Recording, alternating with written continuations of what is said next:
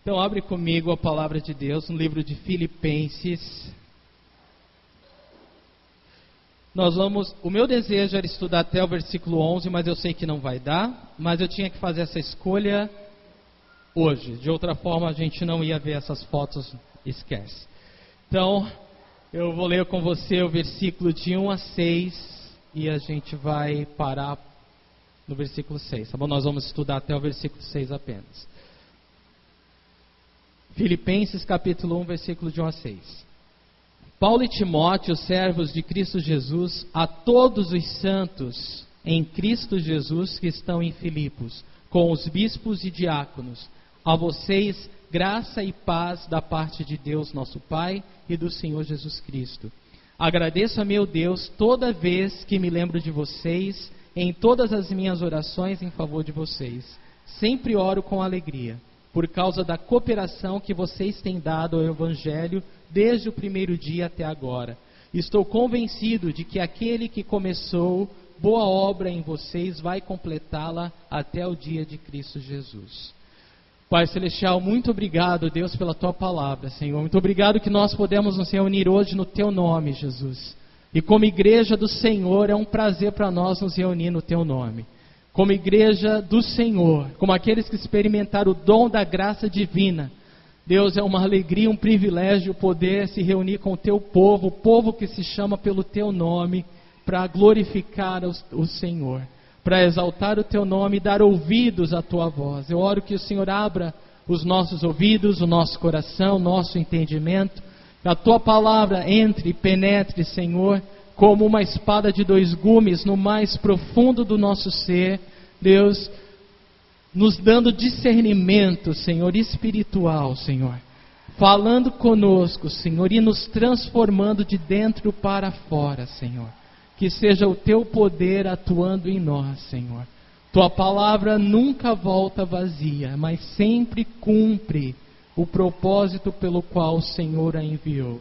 A Tua palavra por si só é poderosa, Senhor, para salvar, curar, libertar, Senhor. Então nós damos honra ao Teu nome e à Tua palavra, porque sabemos e cremos que não há nada mais exaltado, Senhor, do que o Teu nome e a Tua palavra, Senhor. E nós nos prostramos, Senhor, em reverência diante do Senhor, Senhor, nos achando um local aos Teus pés, Jesus, para receber do Senhor essa noite. Então, muito obrigado, Deus. Fala a cada vida e que todos saiam daqui abençoados em nome de Jesus. Amém. Amém?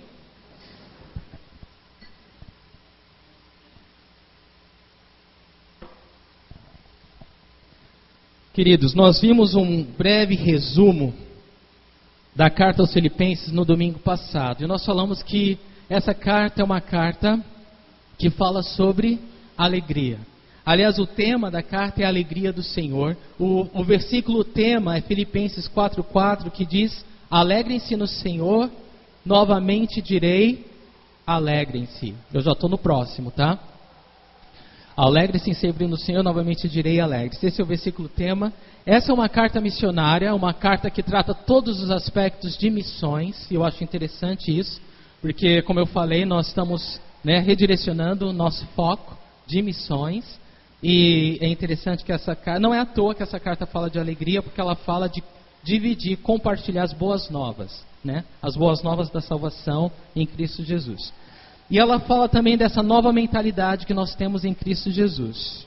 Aliás, nós vamos ver o capítulo 1, que fala sobre a mentalidade singular do cristão. Quando eu falo mentalidade singular, eu falo que Cristo é a nossa vida. Nós temos uma somente porque nós temos algo em comum. O que nós temos em comum? O time de futebol? O tipo de roupa? Jesus, Nós temos em comum Jesus como Senhor e como Salvador. Nós temos em comum as boas novas de que nós estávamos mortos em nossos delitos e pecados, mas recebemos nova vida em Cristo Jesus através da fé nele. Então, isso é uma boa nova, não é? E nós vamos falar sobre essa boa nova evangelho. É incrível como alguns cristãos que são anos na igreja não sabem definir o que é evangelho, Você pergunta o que é evangelho? Não sei, o que é evangelho? Evangelho significa boas novas, uma boa notícia. E qual é a boa notícia, irmão? Acabei de falar. Nós estávamos mortos, condenados ao inferno, sem esperança, por causa dos nossos pecados. Mas Deus nos amou de tal maneira que Ele deu seu Filho unigênito, para que todo que nele crê não morra, mas tenha a vida eterna. Isso é evangelho. É o amor de Deus revelado ao pecador. Evangelho é Deus alcançando o homem na sua pequenez e pecaminosidade. Religião é o homem tentando alcançar o céu. Jesus Cristo é Deus alcançando o homem pecador. Amém? Vocês entendem a diferença? Isso é uma boa nova ou não é? Sim! E amados, o mais interessante, eu e você somos participantes do Evangelho. Eu e você que conhece Jesus, que nasceu de novo, que recebeu o perdão de Deus através de Jesus, nós nos tornamos participantes do Evangelho dele. Nós nos tornamos participantes de uma boa notícia, da melhor notícia. Eu estava condenado, eu estava morto, mas recebi vida. Eu era cego e agora vejo. Eu estava morto e agora vivo. Isso é uma boa notícia para mim. Isso é uma boa notícia para você que conhece Jesus. Para você que crê no Filho de Deus, que deu a sua própria vida para que você fosse perdoado dos seus pecados. Qual pecado? Todos. Quando? Até o último suspiro de vida. Jesus pagou com o seu corpo na cruz a condenação e a culpa de todos os seus pecados. E você recebe o perdão dele apenas crendo nele. Entregando seu coração, falando, eu recebo o perdão de Deus em Jesus. E eu quero dizer que se você está entre nós e ainda não conhece Jesus como Senhor e Salvador, ainda não é participante do Evangelho, se torne um agora em nome de Jesus. E a gente vai falar aqui exatamente esses... eu queria falar os 3 pontos, mas nós vamos falar só o começo do primeiro. Porque o capítulo 1 fala da comunhão do Evangelho, de 1 a 11, a expansão do Evangelho, de 12 a 26, e a fé do Evangelho, de 27 a 30. Hoje a gente vai começar a falar sobre a comunhão do Evangelho. E eu quero definir com você o que é comunhão. E agora você já sabe o que é Evangelho. Então agora que você sabe o que é Evangelho, que é uma boa nova, que nós fazemos parte pela fé em Cristo, nós podemos ter uma comunhão. Comunhão é ter algo em comum. Quando nós falamos, olha, nós vamos ter uma comunhão, nós vamos ter o que? Vamos dividir, compartilhar algo que nós temos em comum. O que é que nós temos em comum? Jesus, o Evangelho.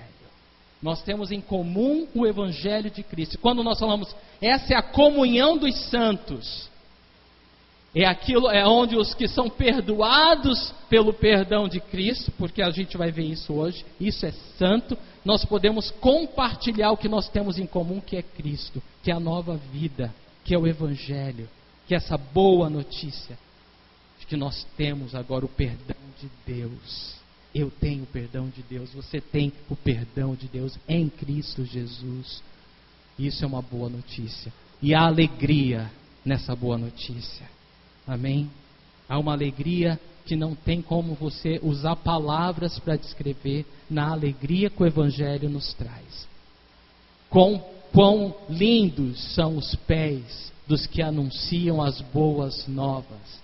Quão lindos são os pés dos mensageiros que levam a boa notícia para aqueles que não têm esperança, para aqueles que estão perdidos, para aqueles que não têm, estão perdidos em religião, estão perdidos em filosofia, estão perdidos pelo dinheiro, estão perdidos pelas drogas, estão perdidos estão perdidos. Quão lindos são os pés daqueles mensageiros que levam as boas notícias.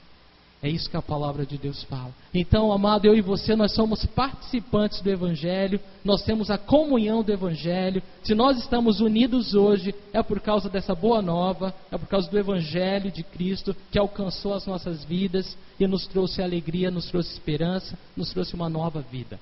Amém? Então, nós vamos começar a falar dessa comunhão no Evangelho. E o versículo de 1 a 11, ele é dividido em 3 partes, só para você entender o que a gente vai falar hoje. Passa, por favor. É dividido no versículo de 3 a 6, de 7 a 8, de 9 a 11. Nesse trecho, irmãos, Paulo ele vai falar dessa alegria do Evangelho, né? E ele fala, né, da comunhão do Evangelho, né? Isso que a gente pode compartilhar em comum por causa do Evangelho. Mas ele, até o versículo do 1 a 11, ele fala assim aos filipenses. Vocês lembram que Paulo está escrevendo da prisão em Roma, né? Ele está esperando o julgamento. Aqueles que perderam a introdução, eu peço que, por favor, ouçam a mensagem da semana passada. Paulo ele está numa prisão em Roma e ele está escrevendo essa carta, que é pura alegria, para esses irmãos que estão na cidade de Filipos, milhares de quilômetros de distância. E aí, por favor, volta lá o slide. Isso. E aí o que Paulo ele vai compartilhar com eles dessa alegria. E ele fala da comunhão que eles têm por causa do Evangelho. Não importa a distância, né? Quando você tem algo em comum, quando você tem Jesus em comum, você, não importa a distância, nós podemos estar sempre unidos por causa do Evangelho. E Paulo vai falar isso nesse trecho. Ele fala, eu tenho vocês em minha mente, versículo de 3 a 6. Eu tenho vocês em meu coração, versículo de 7 a 8. E eu tenho vocês em minhas orações, versículos de 9 a 11. Hoje nós vamos falar só a primeira parte. Eu tenho vocês em minha mente, mas eu quero que vocês entendam o contexto, porque a gente vai retomar a partir daí na semana que vem. Mas, amados, presta atenção. Paulo está falando da comunhão do Evangelho, e ele está a quilômetros de distância desses irmãos, mas ele fala, nós temos algo em comum, e nós temos uma alegria em comum, porque apesar da distância eu tenho vocês na minha mente, eu tenho vocês no meu coração, e eu tenho vocês na minha oração. Nós podemos estar distantes geograficamente, mas estamos perto espiritualmente. Irmão, o contrário também é real, é possível. É possível nós estarmos aqui agora, fisicamente próximos, mas espiritualmente distantes. Sim, infelizmente, não é? Porque falta a comunhão do Evangelho, o entendimento dessa comunhão que o Evangelho nos trouxe, irmãos. Então, quando a gente fala de comunhão, eu preciso falar isso, que às vezes o entendimento de comunhão passou. Às vezes os irmãos saem, a gente vai comer uma pizza. Que bom comer uma pizza, né? Ainda mais quando tem irmãos, nada errado, isso é maravilhoso. Mas se for só isso, não é comunhão. E depois do culto a gente sempre tem uma rodinha, a gente fala do quê? Do futebol, que bom falar disso, que bom, mas isso não chama isso de comunhão. Não, eu sempre saio com os meus amigos. A gente sempre se reúne na minha casa, quem? Com os meus amigos. São todos irmãos, que bom. Mas vocês fazem o que? A gente fala dos outros. Isso não é comunhão, né? Então a gente precisa redefinir o entendimento de comunhão. A comunhão, nós só podemos usar esse termo, aliás, por causa daquilo que nós temos em comum, né? Senão não existe comunhão. Quando eu falo em comunhão, nós estamos compartilhando algo em comum. Então quando a gente fala em comunhão como cristão, a gente tem que estar incluso Jesus, tem que estar incluso o Evangelho. A comunhão do Evangelho é isso. É quando pessoas que conhecem a Jesus como Senhor e Salvador se reúnem para edificar a fé delas. Então, o que é comunhão? É quando qualquer irmãos, né, qualquer grupo de irmãos se reúne e eles falam um testemunho, o que Deus está fazendo. Eles falam dos motivos de oração. Olha, eu estou passando por essa luta, essa. Você pode orar por mim? Você entende? A comunhão está sempre em volta de Jesus. Jesus é sempre o centro da comunhão. Se você se reúne, não importa que seja com todos os crentes, mas não fala de Jesus, não chama isso de comunhão, né? Não chama isso de comunhão, porque comunhão, Cristo tem que estar no meio. Comunhão tem que estar edificando a fé. Tem que estar falando de uma passagem que você foi abençoado, que Deus falou com você e você vai abençoar o outro. Tem que estar falando do que Deus está fazendo, tem que orar por alguém. Isso é comunhão, porque nós já aprendemos que comunhão só é comunhão porque tem a ver com Jesus e tem a ver com fé, com fortalecimento da nossa fé em Cristo. Isso é claro, igreja? Se sim, falar amém. Oh, glória a Deus, eu acredito que você entendeu isso.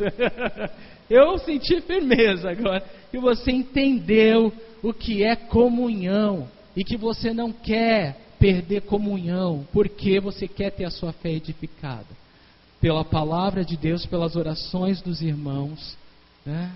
Por compartilhar disso que nós temos em comum, que é a nossa fé em Jesus Cristo. Então, louvado seja o Senhor, né? Nós entendemos o que é evangelho, entendemos o que é comunhão, entendemos que temos comunhão por causa do evangelho. Agora a gente pode começar o versículo 1, vamos lá. Versículo 1 de Filipenses diz assim: Paulo e Timóteo, servos de Cristo Jesus, a todos os santos em Cristo Jesus que estão em Filipos, com os bispos e diáconos. Então, Paulo ele começa essa carta, né? Ele dita a carta. Timóteo, que estava com ele ali em Roma, na prisão, é quem escreve a carta, e ele se identifica como servos de Cristo Jesus. Ele identifica a si mesmo e a Timóteo como servos de Cristo Jesus. E essa palavrinha servos é a nossa palavrinha que significa servo por opção. Não é qualquer servo, né? Não é aquele servo assalariado, não é aquele servo que é obrigado, não é aquele servo que está fazendo alguma coisa porque tem que fazer. Não! Essa palavrinha servo aqui significa aquele servo que fala que ele tem toda a liberdade, né, de não fazer aquilo, né, de não servir ao seu Senhor, né, mas ele está livre, teve essa liberdade, né, de fazer qualquer outra coisa, mas ele fala assim: não, eu escolho servir. Eu posso continuar te servindo? Não, você está livre, pode ir, mas eu quero te servir. Então, essa palavrinha do servo por opção. É o servo que se faz servo porque quer. Porque ele ama o seu Senhor e ele tem prazer em servir o seu Senhor. Aliás, ele só faz isso porque ele não encontra outra alegria na vida, outro sentido na vida, se não servir ao seu Senhor. Então, é dessa forma que Paulo se identifica aqui como servo de Cristo Jesus. Ele é servo e o Senhor dele é Cristo Jesus. E aí ele fala a todos os santos em Cristo Jesus que estão em Filipos com os bispos e diáconos. Perceba que ele se dirige a quem? A todos os santos em Cristo Jesus. Quem são todos os santos? Toda a igreja, né, que se reúne na cidade de Filipos. Toda a igreja. Mas santos, alguém pode falar, mas santo, né? Querido, perceba que é santo em Cristo Jesus. Se tirar o Cristo Jesus aqui, o que sobra? Só pecadores. Pecadores arrumadinhos às vezes. Mas se tirar Cristo Jesus, só sobra pecador. O que nos faz santo é só, simplesmente, o fato de Cristo Jesus ser o centro hoje da nossa vida. Cristo Jesus é o Senhor da nossa vida. Cristo Jesus é o Salvador da nossa vida. Isso nos faz santos. Então, quem nos faz santo? Cristo Jesus. Nós só podemos ser santos por causa de Cristo Jesus. Então, Paulo ele se dirige a todos os santos em Cristo Jesus. Todos os que são perdoados por Cristo Jesus. Você é perdoado por Cristo Jesus? Amém? Amém. Então você é santo. Glória a Deus, né? Só Jesus, né? Só Jesus mesmo. Só Jesus mesmo para nos fazer santo. Louvado seja o Senhor. Então, a todos os santos em Cristo Jesus que estão em Filipos, com os bispos e diáconos. Perceba que ele inclui, ele não precisava, mas ele fala a toda a igreja, todos os santos, né? Já se referiu a todos, já incluiu a todos. Mas ele faz questão de enfatizar com os bispos e os diáconos, tá? O que são bispos e o que são diáconos? A palavrinha bispo é a mesma, é só apenas um outro modo, por favor, atenção. É apenas um outro modo de se referir ou chamar de pastor ou líder, entendeu? É uma palavra que expressa uma função, né, de supervisionar ou de cuidar do bem espiritual da igreja. Então, não importa o título ou o que você queira dar, né, a função de cuidar do bem espiritual, o bem-estar espiritual da igreja, Paulo se refere aqui aos bispos, né?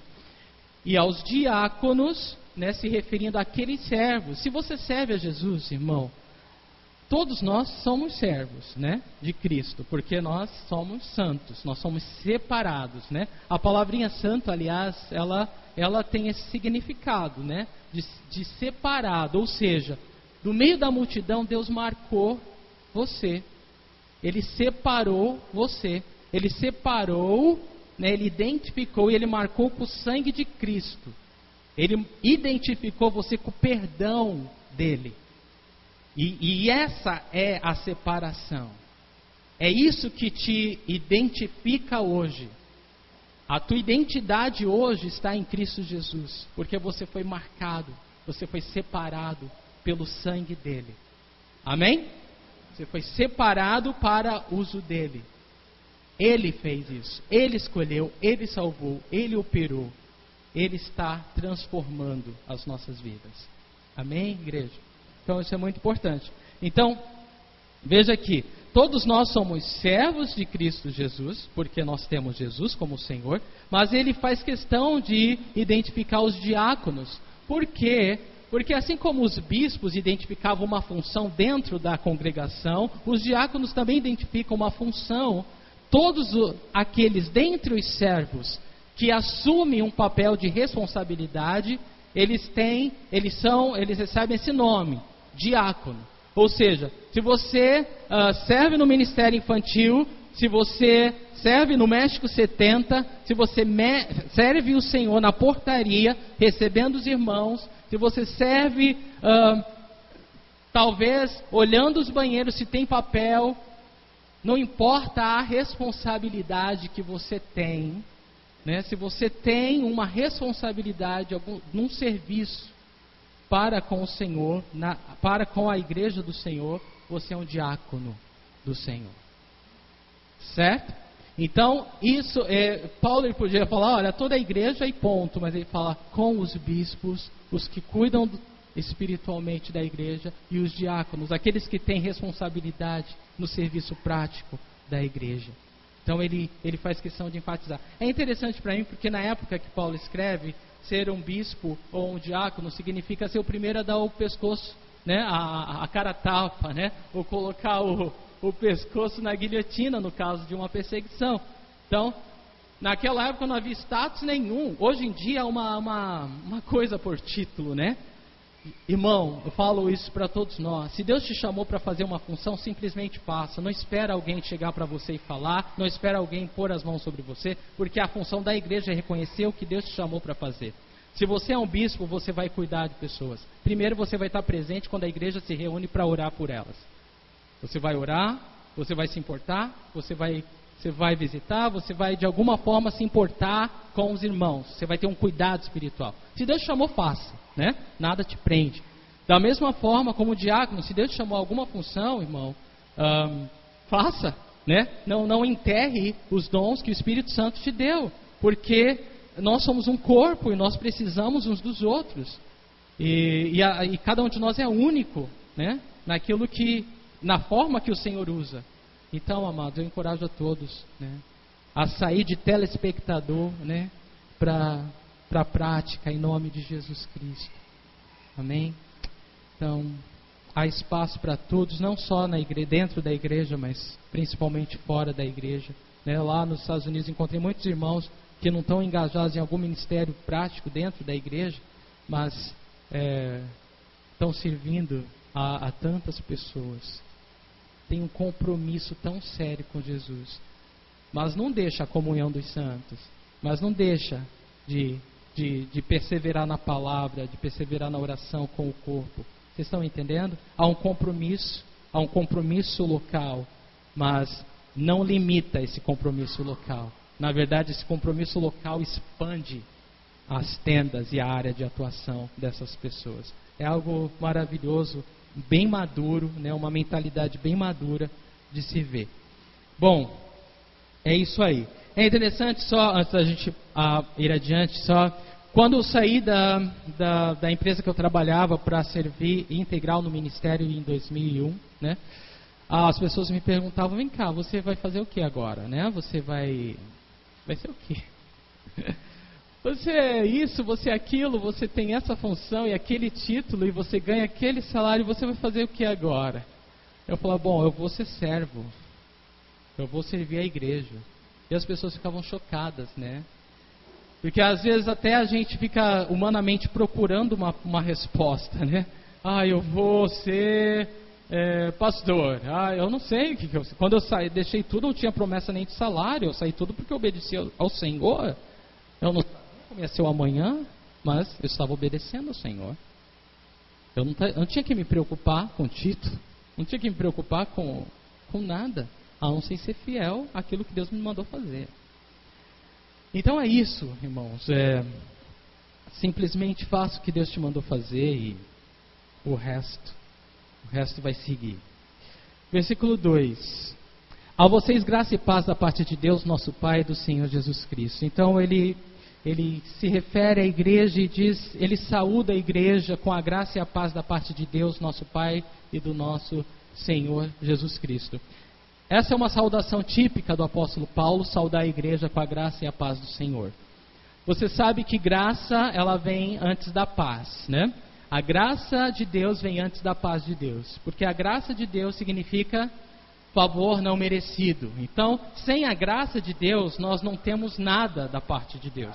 Mas por causa da graça de Deus, nós temos tudo da parte de Deus. Tudo bem? Porque graça é um favor não merecido. Você não pode comprar, você não pode barganhar, você não pode fazer por merecer. Ela é simplesmente dada de graça. Mas eu não mereço isso. Por isso mesmo é graça. A graça de Deus nos vem exatamente porque nós não merecemos e não tínhamos condição alguma de merecê-la. Por isso ela foi dada de graça, através de Jesus Cristo.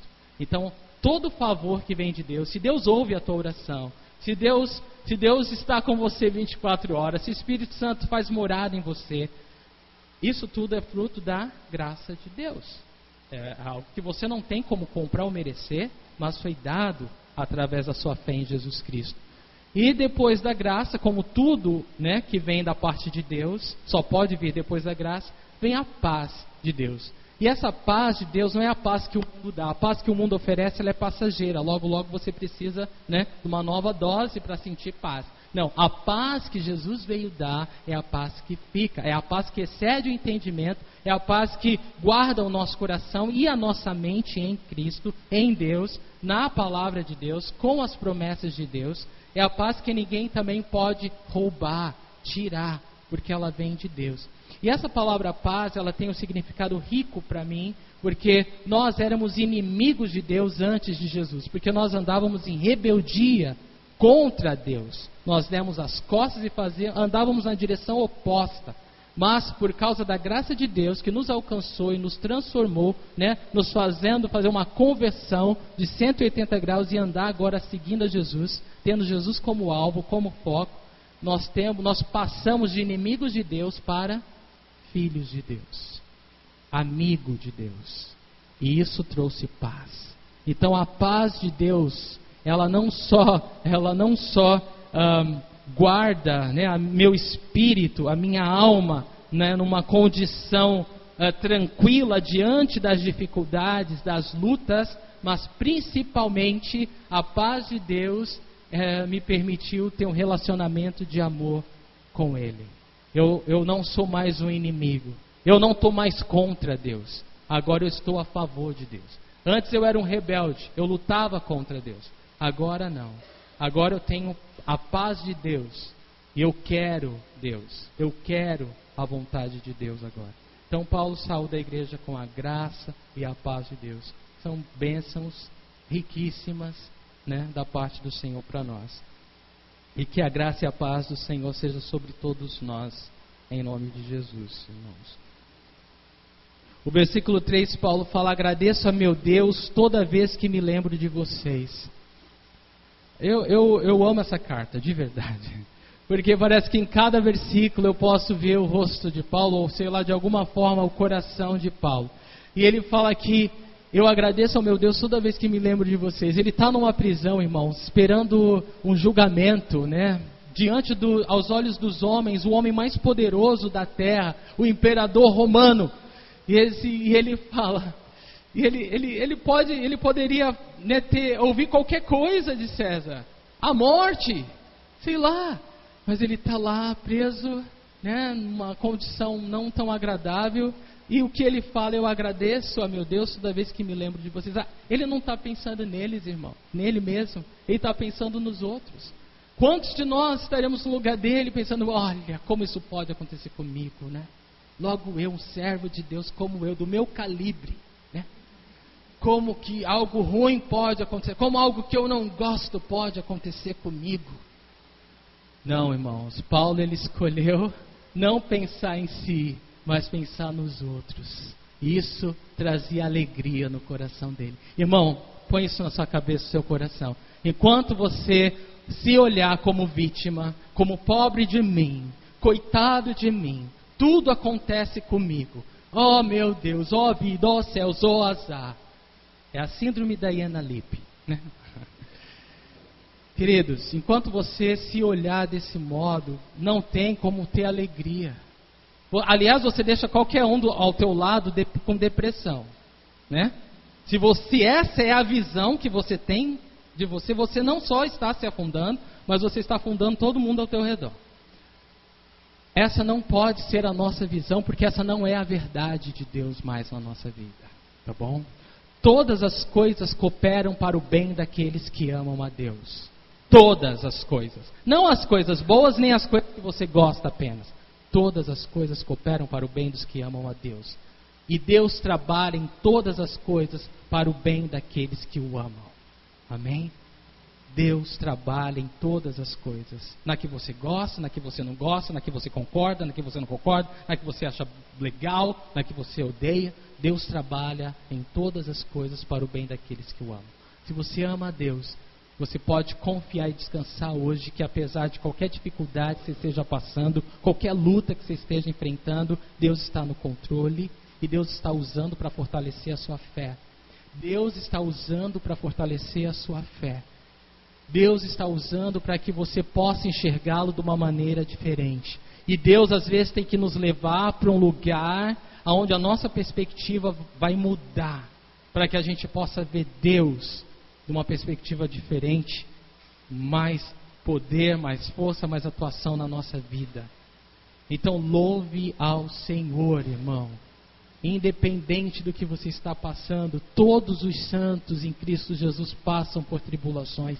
Todos os santos em Cristo Jesus passam por lutas e têm a sua fé edificada. O mundo inteiro passa por lutas e problemas, só que eles não têm quem ajudar, eles não têm a quem pedir ajuda, eles não têm a quem recorrer. Você tem o Cristo ressurreto, você tem Jesus do teu lado, você tem Jesus habitando o teu coração.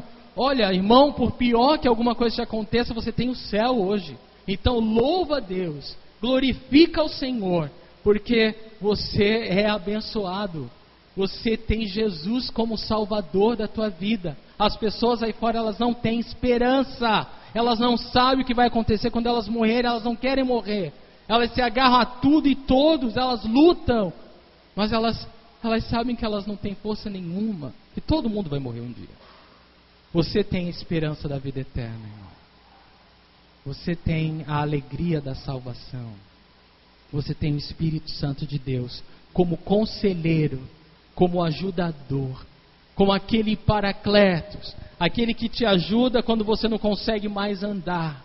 Você tem o Espírito Santo de Deus do teu lado, 24 horas por dia. Você tem o Consolador. A Bíblia chama o Espírito Santo de Consolador. Aquele que ministra quando a nossa alma está perturbada, nossa mente está confusa, nós não sabemos o que pensar, a gente não sabe nem o que crer. a gente não lembra das promessas de Deus, o Consolador vem e te lembra o que Deus fala na palavra dele. Olha, está escrito já. Jesus já concluiu isso, irmão.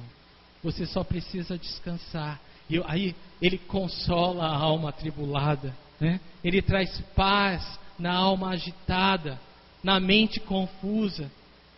Ele traz paz. Você tem o Senhor, meu irmão. Você tem o Senhor.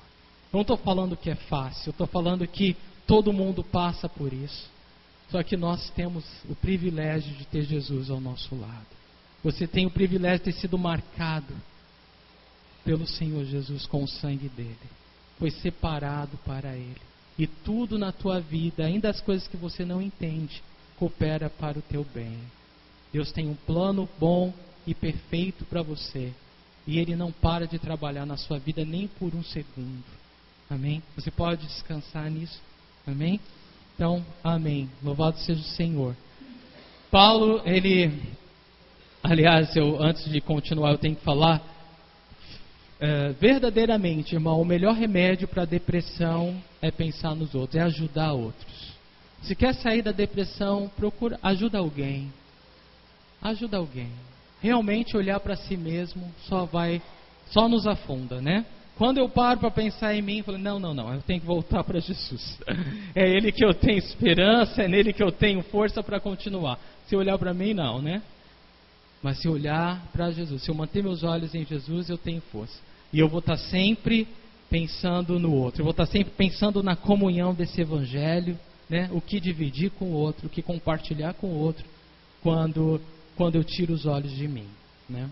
Então, louvado seja o Senhor por isso.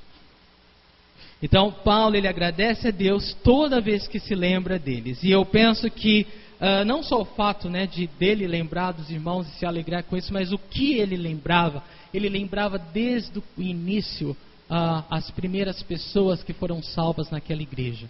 E como Deus transformou aquelas vidas. Isso trazia alegria no coração de Paulo toda vez que ele lembrava daqueles irmãos. Existe eu compartilhei Atos 16 com vocês e falei um pouco sobre Lídia, sobre o carcereiro, né, sobre a moça endemoniada. Então aqueles são os primeiros convertidos da igreja em Filipe. E a gente vai ver nos versículos seguintes como essas pessoas eram generosas, como essas pessoas elas tiveram realmente a vida transformada por Jesus Cristo. E tudo isso, irmãos, trazia alegria para Paulo. E eu penso duas coisas. A vida do teu irmão traz alegria para você? Sim ou não? Olha para o teu lado. É uma bênção, não é? Você pensa assim, essa pessoa, ela poderia estar em qualquer lugar hoje. Aliás, hoje é domingo, né? E ela escolheu estar na casa do Senhor, ouvindo o Senhor, aproveitando a comunhão dos santos. Isso não traz alegria para você? Não é? Essa pessoa poderia estar em qualquer lugar hoje. Ela abriu mão de todo o resto para estar aqui hoje, ouvindo a palavra de Deus, louvando o nome do Senhor. Isso traz alegria para mim. Isso traz uma alegria sem preço. Sabe por quê, irmão? Porque não adiantava nada para mim ouvir o chamado de Deus. Vai lá, vai ensinar a palavra, vai pastorear, vai fazer aquilo, vai servir. Se não tivesse quem servir, se não tivesse ninguém interessado em ouvir a palavra, não é verdade? Então, assim, é uma alegria sem preço isso, né? Uma alegria sem preço. A tua vida para mim é uma alegria sem preço, porque saber que Deus está trabalhando na tua vida através do teu amor a Ele, a palavra dEle, isso não tem preço, né? Então é incrível e maravilhoso. Mas não só o teu irmão traz alegria, a tua vida também traz alegria para outros irmãos. Amém? Às vezes a gente pensa, não, que bênção aquele irmão na minha vida, e que bênção aquele irmão na minha vida, e que bênção aquela irmã na minha vida, porque traz alegria para nós, né? Mas eu quero te dizer que a sua vida também traz alegria para outros, irmão. E aí você fala, não eu, né? De novo a síndrome, né?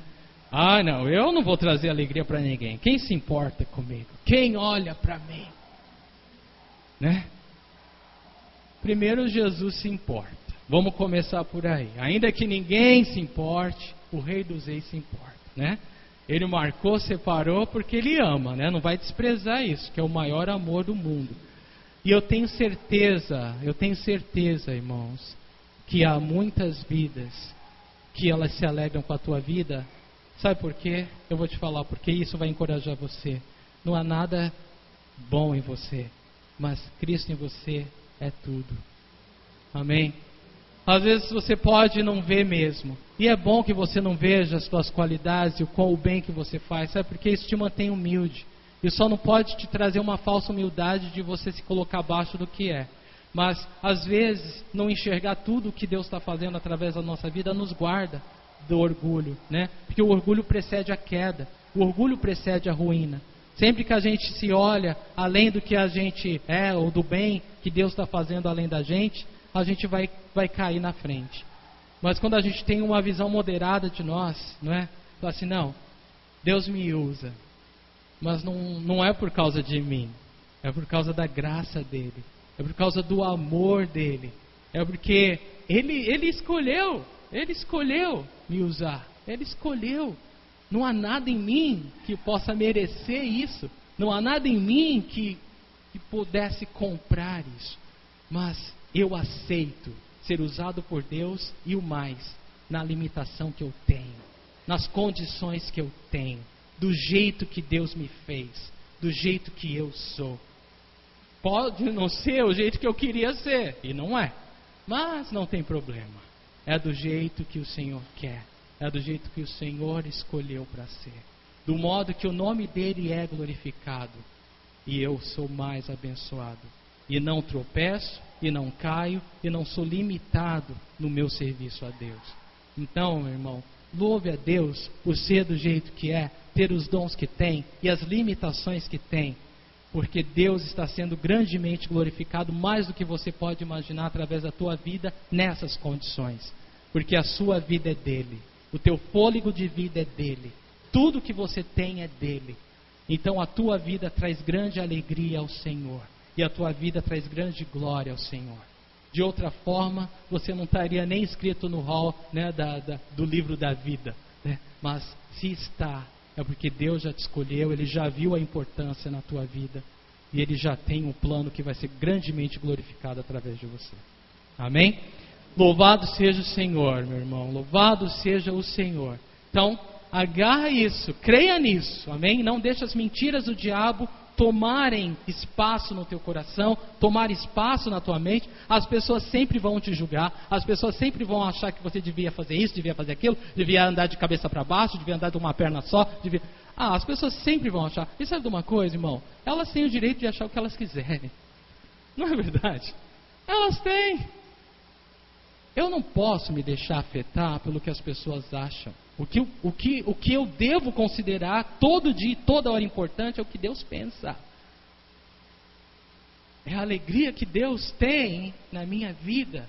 E se eu estou seguindo a voz dele e me permitindo ser usado da maneira que ele quer que eu seja. É isso que eu devo levar em consideração. De outra maneira, não faz sentido. Você nunca vai agradar a todos. Jesus não agradou a todos, irmãos. Jesus não agradou a todos. Beberrão. Anda com pecadores. Faz milagre porque é endemoniado. Ser humano falar isso de Jesus é ser o próprio demônio, né, irmão? Mas as pessoas falam mesmo. E se você se importar com o que elas vão falar, você está perdendo o seu tempo. Neemias, quando ele estava ocupado, trabalhando nos muros de Jerusalém, irmãos, veio tanta oposição contra ele, tanta oposição de dentro, oposição de fora. Sabe o que ele falou?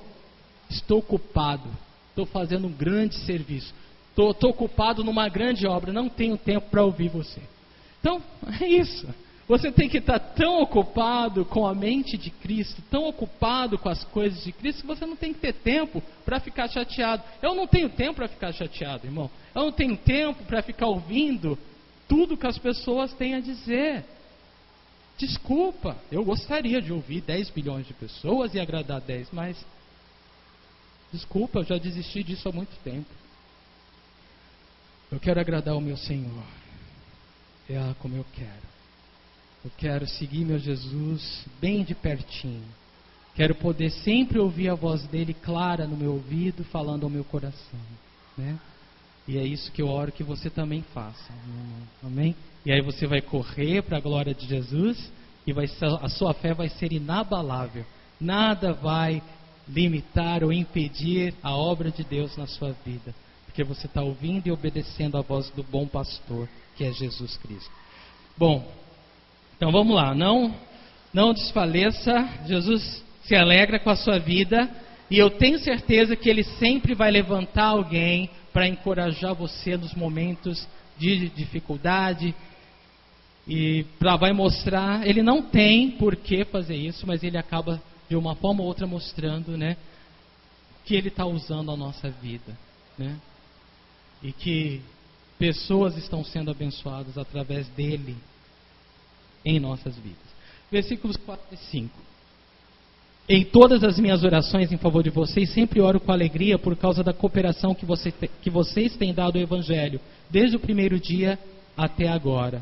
Então, Paulo ele sente a necessidade de compartilhar para esses irmãos, né, o fato dele orar por eles com alegria. E novamente eu lembro vocês, quando Paulo lembrava desses irmãos, ele lembrava da história de cada um, da conversão de cada um, de como Deus estava operando na vida deles desde o primeiro dia. Eu vou ler 2 versículos e lembrar o que Deus fez, porque às vezes eu falo, você não leu Atos 16, não sabe. Atos 16, 14 e 15 fala da história de Lídia. Diz assim: uma das que eu via era uma mulher temente a Deus chamada Lídia, vendedora de tecido de púrpura da cidade de Tiatira. O Senhor abriu seu coração para atender a mensagem de Paulo, tendo sido batizada, bem como os de sua casa. Ela nos convidou dizendo: se os senhores me consideram uma crente no Senhor, venham ficar em minha casa. E nos convenceu. Então, eles estavam pregando à beira do rio, Lídia ouviu, entregou o coração para Jesus e foi batizada e convidou eles para comer em casa. Então, desde o primeiro fruto, aquela igreja era uma igreja generosa.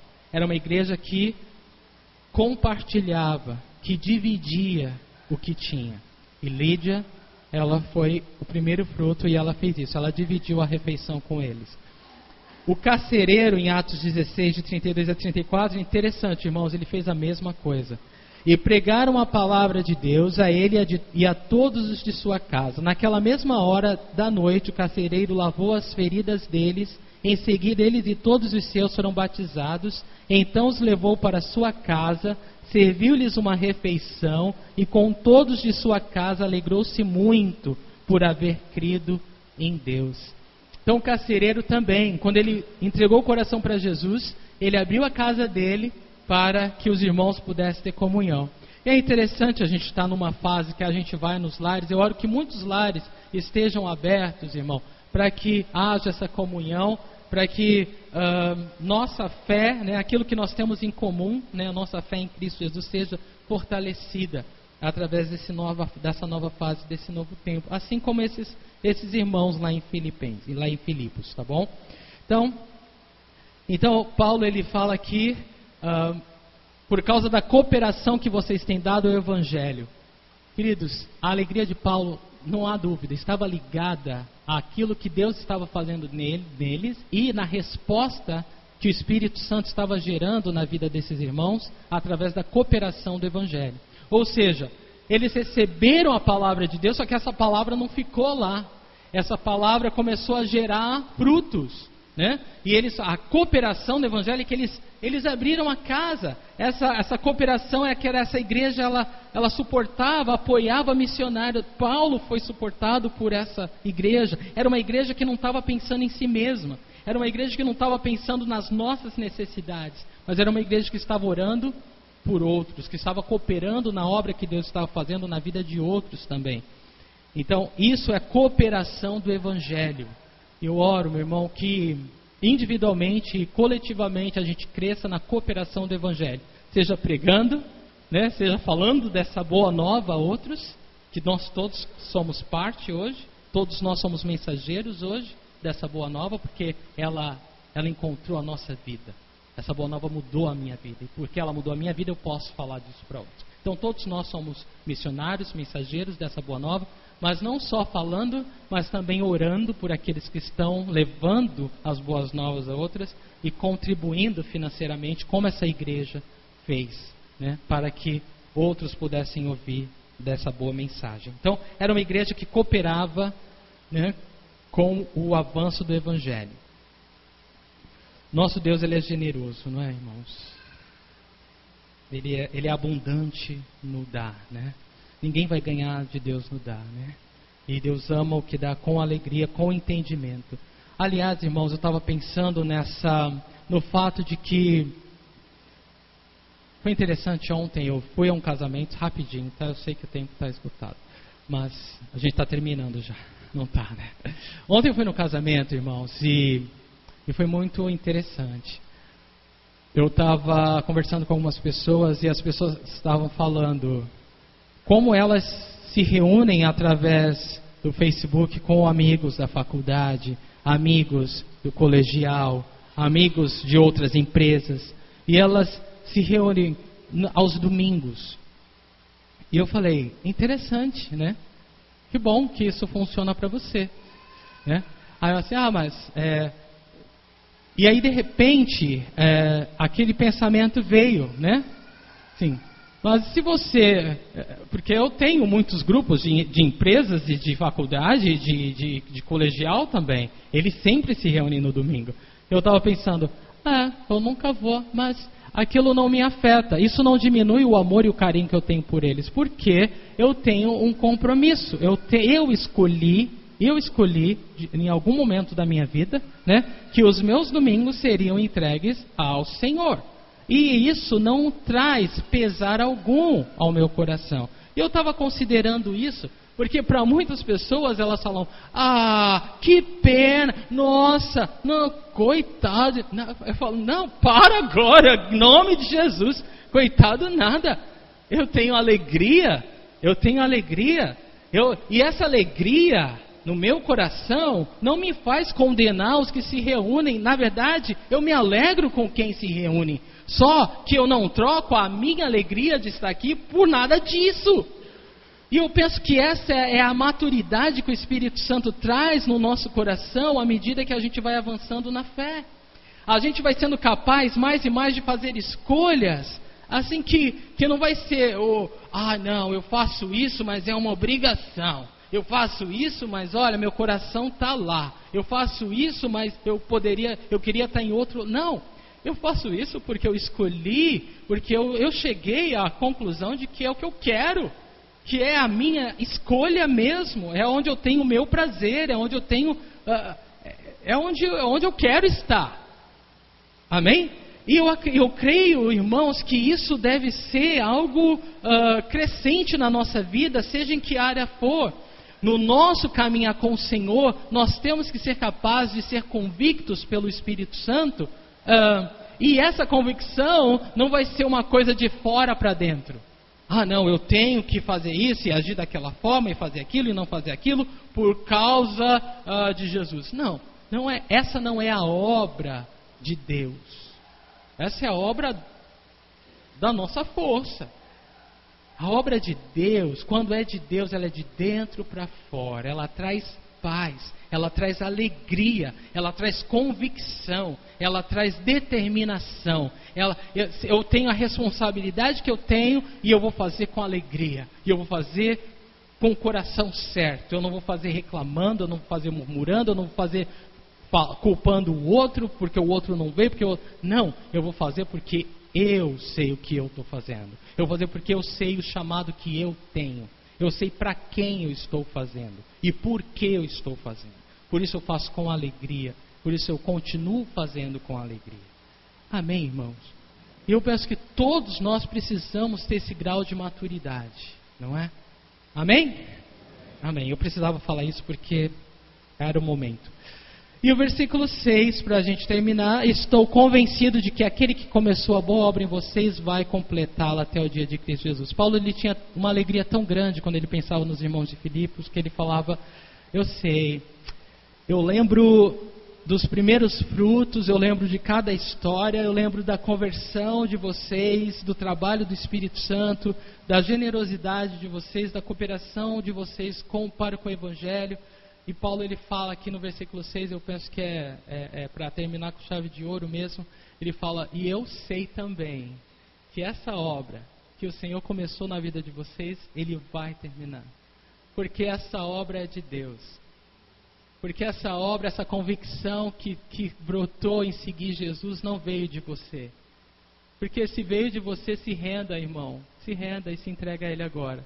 Mas se foi do Senhor, se você foi convencido pelo amor de Cristo, se você foi impactado pelo perdão, pelo amor dele demonstrado na cruz do Calvário pela tua vida, então segue ele. Mas segue de todo o coração. Não segue pela metade. Segue de todo o coração porque ele é digno. Se o amor dele te convence, se o amor dele te conquistou, então, irmão, se entregue, se lança. Não reclama, não murmura, mas tenha grande alegria. Porque a obra de Deus, ela gera alegria. A obra de Deus em nós, irmão, ela sempre gera alegria. Ela sempre gera satisfação. Paulo estava preso, pescoço a prêmio, e ele estava se regozijando. Porque ele vai falar mais tarde, que ele fazia isso por causa do Evangelho. Por causa dessa comunhão. Ele fazia isso para que a palavra de Deus continuasse a ser pregada, para que outros fossem encorajados. Ele sabia que ele poderia passar pelo que for, mas ele passaria com alegria, sem murmurar, porque ele sabia que o nome de Deus estava sendo glorificado por causa do avanço que o Evangelho estava tendo. E ele podia falar: eu me alegro por vocês, e eu me alegro tanto, porque eu sei que essa obra que Deus começou, Ele vai terminar. Não vai ser você, vai ser Deus. Deus começou, Ele termina. Amém? Não importa, você talvez olhe para a sua vida hoje e veja um caos. Meu Deus, eu sou um caos. Na verdade, a minha vida não está um caos, eu sou um caos. Talvez você olhe para a sua vida e fale: meu Deus, que confusão, né? Mas você já reparou uma obra? Quem já passou por reforma em casa sabe, né? É um caos, né? E essas obras de avenida, de rua? Que caos, né? Que trânsito, que confusão, que bagunça. Talvez você olhe para a sua vida, irmão, você veja um caos. E fala: meu Deus, que é isso? O que isso vai dar, né? Aos olhos humanos, sem perspectiva, né? Sem chance. A lógica humana já desisti. Mas quando você ouve que fala: desde os primeiros dias, foi você ou foi Jesus? Se foi Jesus, essa obra é dele, você é a obra dele, e ele vai terminar essa obra. Se foi Jesus, se a tua vida... Lembra dos primeiros dias. Lembra dos primeiros dias. O zelo, o amor, a paixão, a convicção. Quem começou essa boa obra? Foi você? Que de repente acordou falando: agora eu vou seguir Jesus? Ou foi um trabalhar, uma convicção do Espírito Santo no teu coração? Ou foi uma conquista de Jesus conquistando o teu coração? Se Ele começou essa boa obra na tua vida, Ele quer que você descanse em meio a esse caos, porque Ele te diz hoje que é Ele que vai completar essa obra. Amém? Em nome do Senhor Jesus Cristo. Irmão, não importa se você está confuso, ou sendo acusado, ou se sentindo condenado. A palavra de Deus te diz que essa obra é do Senhor, a sua vida é do Senhor, Ele não deixa uma obra sua incompleta. Essa obra vai ter um fim e vai ser glorioso de acordo com as Escrituras. Amém? Descansa nisso, meu amado, em nome de Jesus Cristo. Vamos ficar em pé e louvar o Senhor agora.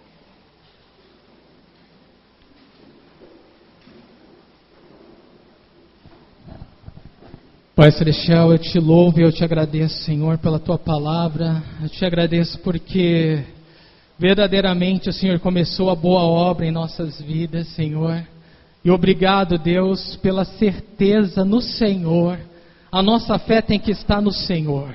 Eu oro, Deus, se alguém aqui está com a fé no que vê, Deus, o meu justo viverá pela fé, não por vista, mas pela fé. O meu justo vai viver pela fé. Nós não vivemos pelo que vemos, ou pelo que pensamos, ou pela lógica que o diabo apresenta na nossa cabeça às vezes. Mas nós escolhemos, Senhor, viver pela fé. Nós escolhemos, Senhor, viver pela fé. além de nós, além do que eu posso alcançar, além do que eu posso fazer, além do que eu posso produzir na minha vida. Senhor, eu escolho confiar em Jesus Cristo, o meu Salvador, aquele que começou a boa obra em minha vida. E eu sei que a tua igreja hoje escolhe, Senhor, elevar os olhos para cima dos montes, da onde nos vem o socorro. O nosso socorro vem do Senhor que fez os céus e a terra. O Senhor não tosqueneja, o Senhor não vacila, o Senhor não perde tempo, mas o Senhor trabalha e continua trabalhando até o dia de hoje. E o Senhor está trabalhando em nossas vidas, Senhor, pelo Teu Santo Espírito que nos santifica. E a Tua obra, ela inclui não só a salvação e a santificação, mas também todo o serviço que o Senhor faz, é o Senhor operando em nós.